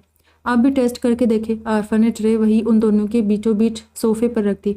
मैंने तो बहुत दिन बाद एक स्वीट डिश टेस्ट किया आरफा। ये पकौड़े उससे ज़्यादा टेस्टी नहीं हो सकते, मगर फिर भी मेरी बहन बनाकर लाई है तो मैं ज़रूर खाऊंगा। आदि ने मुस्कुराकर मायने खेज नज़रों से महरूसा को देखते कहा, जो उसकी बात का मफहूम समझते गुस्से से खोल कर रह गई। आरफा, मुझे ज़रा चेयर पर बिठाओ, चाय पीकर मैं चेंज करने रूम में जाऊंगी। महरूसा कहर बरसाती नज़रों से आदि को देखती हुई बोली, जो अब भी उसे बेबाक नज़रों से देखता पकौड़े खा रहा था। लोफर। महरूसा ने आदि को उसका पुराना लक़ब वापस दे डाला था, जबकि उसकी हिदायत पर आरफा उसे उसके चेयर पर बिठाने लगी थी। माही बीबी, मुझे फ़ोन का इस्तेमाल बताएं ना। आरफा महरूसा को चाय का कप पकड़ाती खुद उसके चेयर के पास पड़े सोफे पर बैठ गई, जबकि चाय पीते आदि की शरारती नज़रें हुनूस महरूसा पर टिकी थी, जिस पर वो झुंझला रही थी। आरफा, चलो हम अपने रूम में चलते हैं, वहाँ मैं तुम्हें सब बता दूंगी। यहाँ कुछ गुंडे और लोफर टाइप के लोग बैठे, मुझे डर है कि मैं कुछ देर और यहाँ बैठी रही तो चाय का कप मेरे हाथ की बजाय उनके सर पर होगा, इसलिए मुझे ले चलो यहाँ से। महरूसा आदि को घूरते तड़क कर बोली, जिस पर आदि जोर से कहका लगाकर हंस पड़ा और आरफा भी मुंह पर हाथ रखकर हंसती चली गई। जबकि महरूसा ने घूरकर आरफा को देखा, आरफा फौरन अपनी हंसी कंट्रोल करती उसके चेयर घसीटकर बाहर की तरफ चली गई थी। आज रकीम की शादी थी। जो कुछ उसकी शादी में हुआ था वो रूहान के लिए बात से हैरत था। वो पागल शख्स सनम का मुतमन्नी था। एक बार फिर वो सनम को नुकसान पहुंचा चुका था और अब वो उसकी शादी में भी अपनी जान की फिक्र किए बिना चला आया था। बिला आखिर अपने अंजाम को पहुंच गया था, लेकिन रूहान को लगता था उसमें उस शख्स का इतना कसूर नहीं था। वो परियों से चेहरे वाली सनम थी ही ऐसी कि कोई भी उसके लिए दीवाना हो सकता था। वो खुद इस मरहले से गुजर रहा था। वो भी तो असीर हो गया था उसी अप्सराओं जैसे रूप वाली सनम का, जो आज ही हमेशा के लिए उससे दूर हो चुकी थी। अब उसके भाई की बीवी बन चुकी थी। आज उसके लिए खुद को संभालना मुश्किल था। हमेशा की तरह खुद को बहलाना भी काम नहीं आ रहा था। कोई तसल्ली कारगर साबित नहीं हो रही थी। पागल दिल को किसी तौर करार नसीब नहीं हो रहा था, इसीलिए रुखसती से होने से पहले गाड़ी लेकर होटल से निकल गया था। उसने जानबूझकर अपना फ़ोन भी बंद कर लिया था ताकि कोई भी उसे डिस्टर्ब ना कर सके। आज वो पूरी रात अपने दिल की बर्बादी का मातम अकेले मनाना चाहता था और यह तो वक्त ही जानता था कि मज़ीद उसे कब तक इस गम की आग में अकेले जलते रहना था। सुबह सनम की आंख जोर जोर से दरवाज़ा बजने की आवाज़ से खुली। वो रकीम की बाहों के हिसार में उसके सीने पर सर रखे मज़े से सो रही थी, मगर तेज़ तेज़ बजते गेट की आवाज़ सुनकर उसने पट से अपनी आंखें खोल कर देखा और रकीम को अपने इतने पास देखकर वो झटके से उठ बैठी। हया, झिझक, शर्म और खजालत के मिले जुले तासुरात के साथ उसने खुद पर एक नज़र डालते हुए दुपट्टे की तलाश में पूरे बेड पर अपनी नज़रें दौड़ाई, जो रकीम और उसके तकिए के बिल्कुल बीच पड़ा था। उसका एक सिरा रकीम के तकिए के नीचे दबा हुआ था। तभी दरवाजे पर एक बार फिर से दस्तक हुई। सनम ने चौंक कर दरवाजे की तरफ देखा। पहले उसने सोचा था कि वो जाकर दरवाज़ा खोल देगी, मगर फिर एक नज़र अपने हुलिये पर डालकर उसने झिझकते हुए रकीम को आवाज़ दी, रकीम उठ जाएं, बाहर कोई गेट नॉक कर रहा है। सनम ने अपना दुपट्टा उसके तकिए के नीचे से खींच कर निकाला था और तेज़ी से दुपट्टा ओढ़ कर रकीम को उठाने लगी, जिसने सनम की तरफ करवट लेते हुए दोबारा से उसको खींच कर अपने साथ लिटा लिया, जबकि सनम सख्त जज्बुस होती उठ बैठी थी। रकीम, बाहर दरवाजे पर कोई है, गेट खोले जाकर, मैं ऐसे नहीं जा सकती। सनम ने रकीम के हाथ से अपना हाथ छुड़ा लिया, जो उसके उठने के बाद दोबारा थाम चुका था।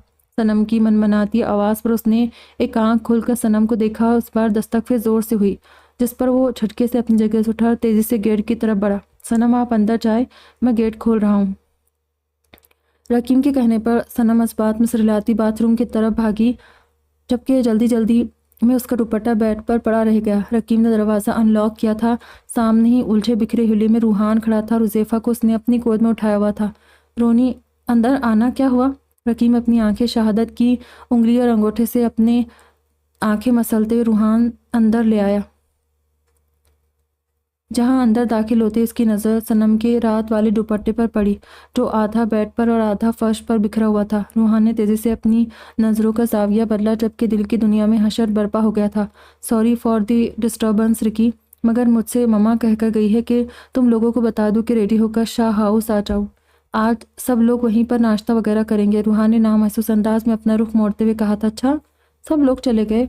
तू फ्रेश नहीं हुआ अभी, और इस नोटी बॉय को क्यों रोक लिया? रकीम ने बोलते हुए रूहान की गोद से हुज़ैफ़ा को लेकर प्यार किया था। तभी उसकी नज़र बेड पर पड़े सनम के दुपट्टे पर पड़ी।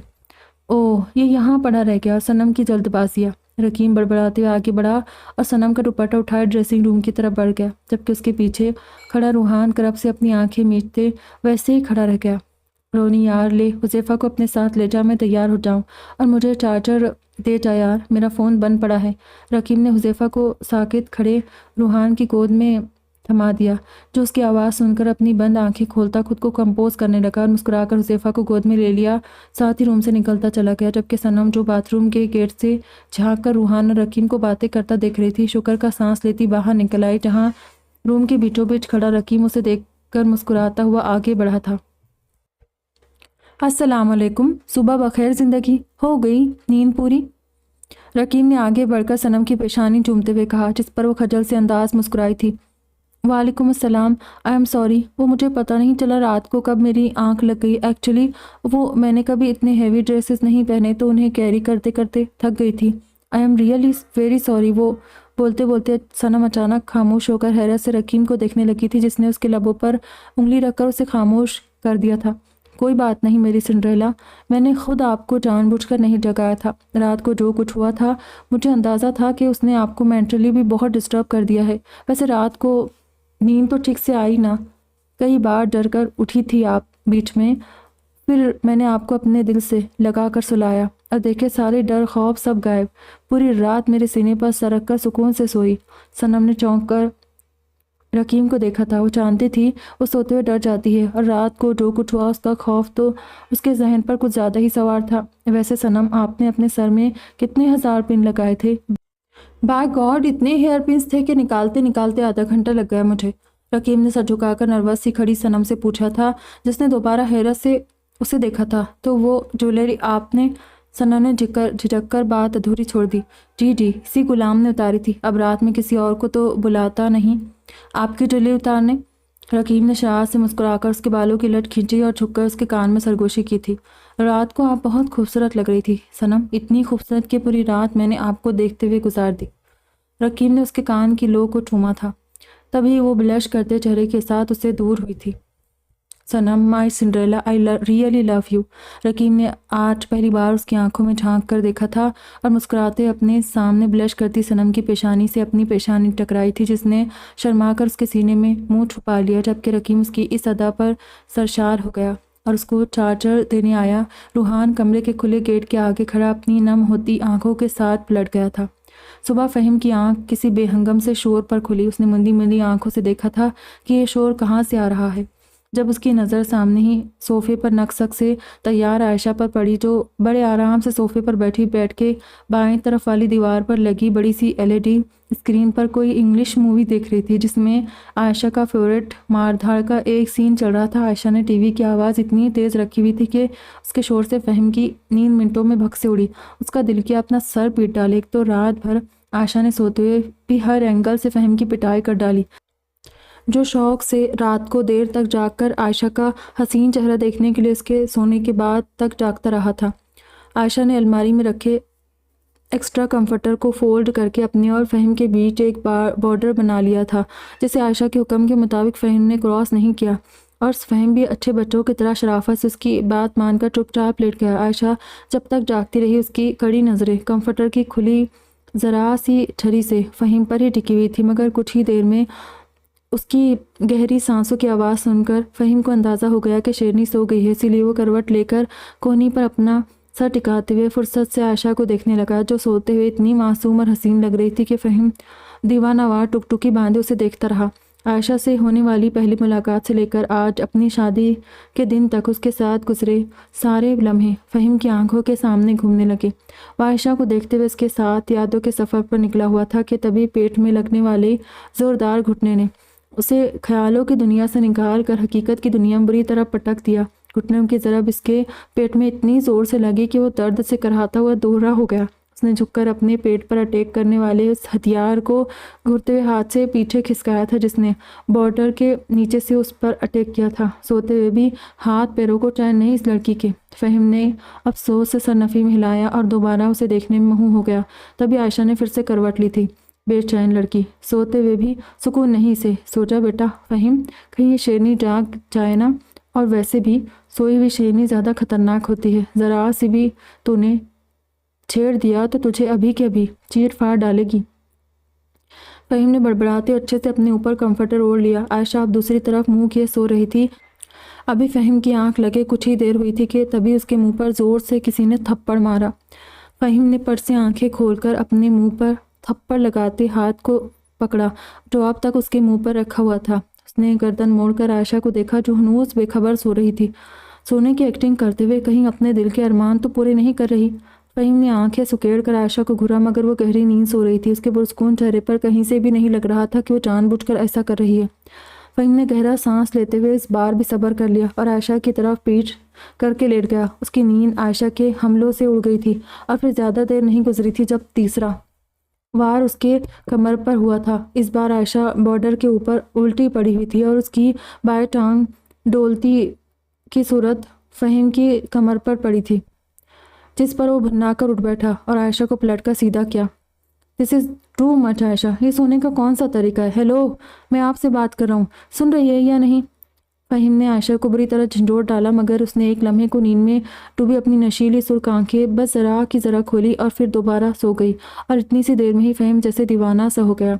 उसके दिल की धड़कनें लम्हे भर को थम सी गई। वो साकित बैठा रह गया। इस लम्हे वो इन खूबसूरत आंखों के सिवा सब कुछ फरामोश कर गया था। उसने आलम बेखुदी में झुककर आयशा की आंखों को चूमा था।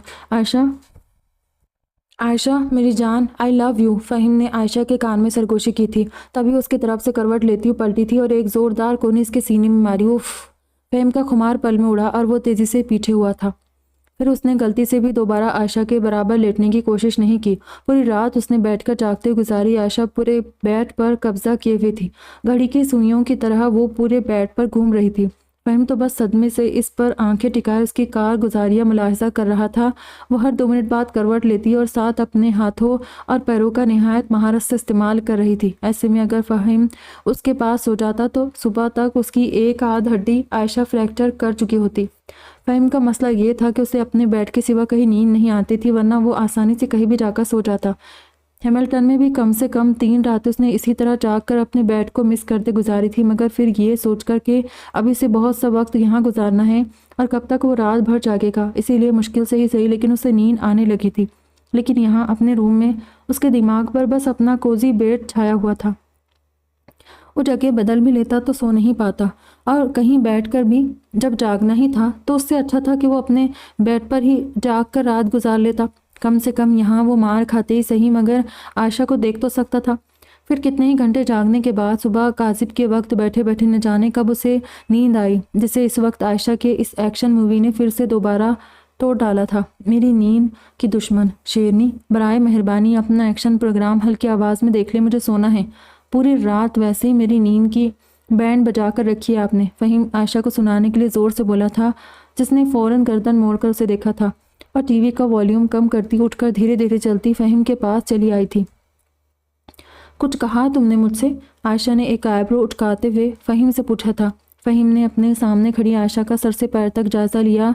लेमन कलर के लॉन्ग शर्ट शरारे पर डार्क पिंक कलर का वर्क था, साथ ही डार्क पिंक दुपट्टे पर लेमन कलर की चौड़ी पट्टी लगी हुई थी। लंबे बाल शायद सूखने के लिए खुले छोड़े हुए थे और दुपट्टे का पट्टी वाला हिस्सा सर पर ओढ़ रखा था। हल्के पिंक मेकअप के साथ लबों पर डार्क पिंक लिपस्टिक लगाई हुई थी। फ़हीम दोनों हाथ सर के नीचे रखे सहरज़दा सा अपने सामने खड़ी आयशा को देख रहा था। तुम्हें अब तक ये दौरे पड़ने बंद नहीं हुए या तुम खुली आंखों से सोते हो? एनीवे, तुम्हारी मम्मा और भाभी आई थी हमें बुलाने। सामने वो जो शाह हाउस है वहाँ सबका मुश्तरका नाश्ते का इंतज़ाम हो चुका है। मैं कब से तैयार हुई तुम्हारे इंतज़ार में बैठी हुई हूँ। जल्दी उठो और तैयार हो जाओ। अब मैं वेट नहीं कर सकती, मुझे बहुत भूख लगी है। सिर्फ 10 मिनट है तुम्हारे पास, अगर 10 मिनट से 1 मिनट भी ऊपर हुआ ना मैं खुद चली जाऊंगी नीचे, फिर चाहे तुम्हारे मम्मा पापा को बुरा लगे या भाइयों भाभियों को, आई डोंट केयर। आयशा का दोस्त जमाने का अपना ही स्टाइल था। फ़हीम गहरी सांस लेता हुआ उठ खड़ा हुआ। रात को वो सब क्या था आयशा? फ़हीम ने आंखें सुकेड़ कर सामने खड़ी आयशा से पूछा। क्या था? आयशा ने उल्टा फ़हीम से पूछा। यार पूरी रात आपने मुझे जगाया है और what nonsense, are you mad? Faheem की बात पूरी होने से पहले आयशा भड़क उठी, जिस पर फ़हीम ने भी उसे घूरा। आयशा, आपने रात को सोते मुझे बहुत मारा है। इतना बुरा सोती है आप। आपकी वजह से 1 मिनट के लिए नहीं सो सका मैं पूरी रात। कभी लात, कभी मुक्का, कभी थप्पड़। माय गुडनेस, आपने अपने दिल के सारे अरमान निकाल लिए हैं मुझे मार मार कर। आज से आप और मैं एक बेड पर नहीं सो सकते। फ़हीम आयशा को घूरता हुआ बाथरूम की तरफ बढ़ गया, जबकि उसके सामने आयशा जो मुश्किल अपनी मुस्कुराहट रोके खड़ी थी, उसके जाते ही मुंह पर हाथ रखे हंसती चली गई। यही तो वो चाहती थी। उसने पहली ही रात में फ़हीम पर हमले करके अपना मकसद हासिल कर लिया था। आज से उसका और फ़हीम का बिस्तर अलग अलग हो जाना था।